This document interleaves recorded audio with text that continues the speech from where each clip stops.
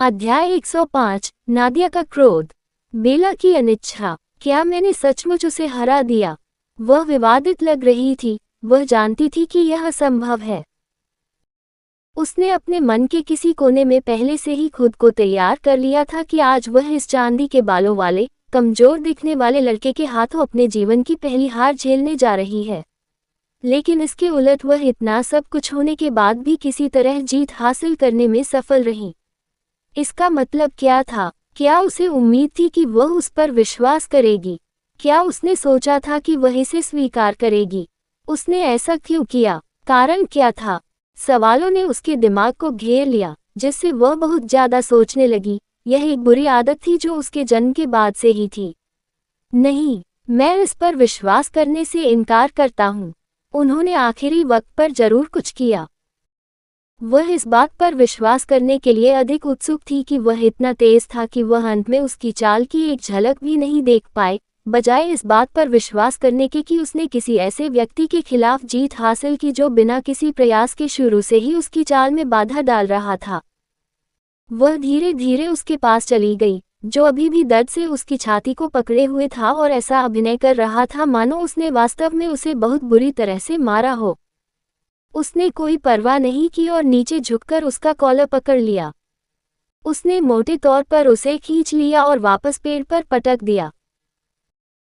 Oliver, जो अपने आसपास के लोगों की प्रतिक्रियाओं का आनंद ले रहा था, अपने कॉलर को अचानक पकड़ने और पटकने से स्तब्ध रह गया।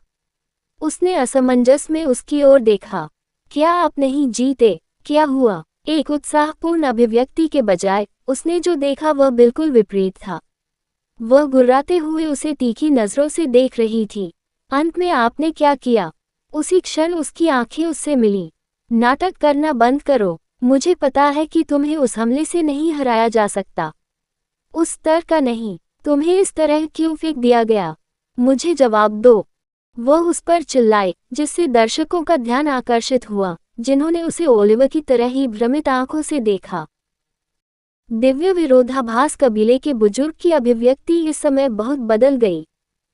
वह जानता था कि बड़ी युवा मिस कुछ हद तक युद्ध के लिए पागल थी, लेकिन वह नहीं जानता था कि यह इतना गंभीर था।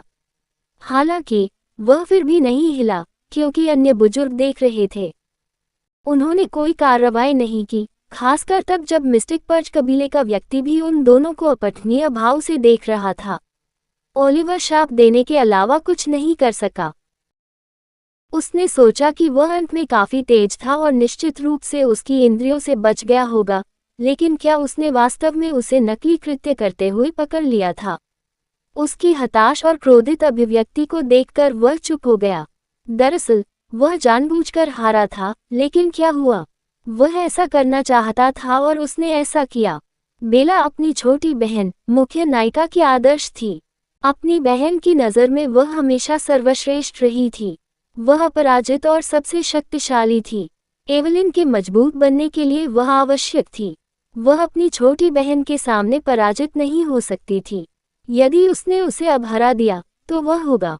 वह होगा। क्या उसने उसे क्यों नहीं हराया? उन्हें अपनी गरिमा की परवाह क्यों नहीं हुई? क्या ये कथानक के लिए कुछ करने जैसा सरल था? उसे यकीन नहीं था कि क्यों, लेकिन वह उसे पहले हराना नहीं चाहता था। किसी कारण से वह चाहता था कि वह अपनी बहन के सामने अब तक जो छवि पेश करती थी, उसे बरकरार रखे। उसका मन अपने पिछले जीवन के एक दृश्य पर वापस जाने से खुद को रोक नहीं सका जहां वह अपनी बड़ी बहन के साथ था। हालांकि वह अपने पिछले जीवन में एक विकलांग बच्चा था, लेकिन उसकी बहन ने हमेशा उसके सामने ढाल की तरह काम किया था।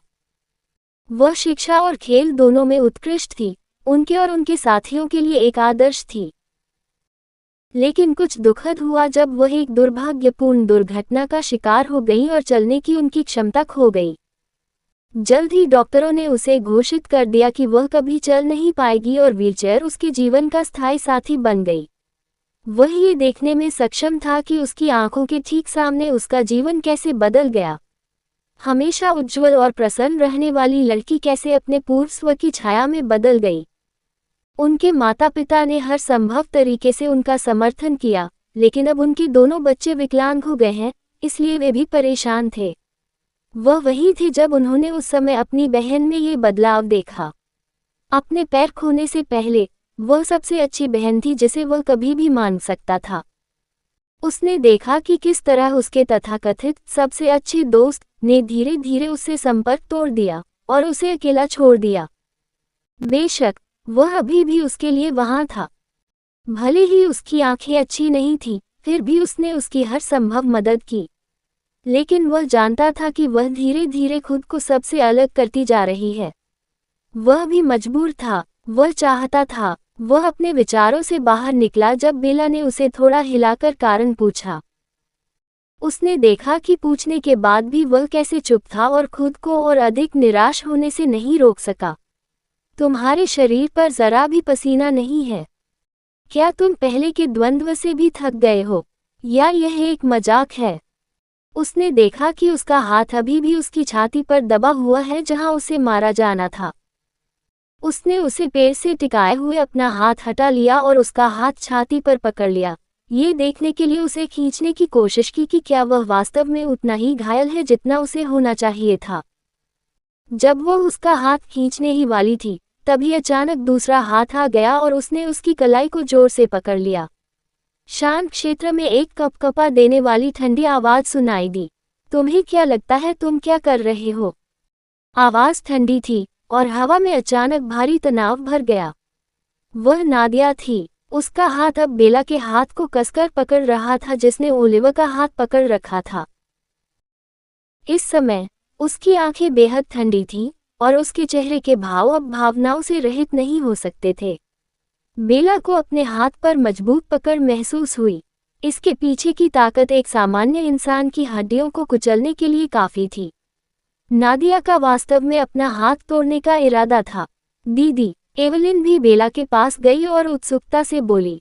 उसने पहले कभी अपनी बहन को इस तरह अपना आपा खोते नहीं देखा था।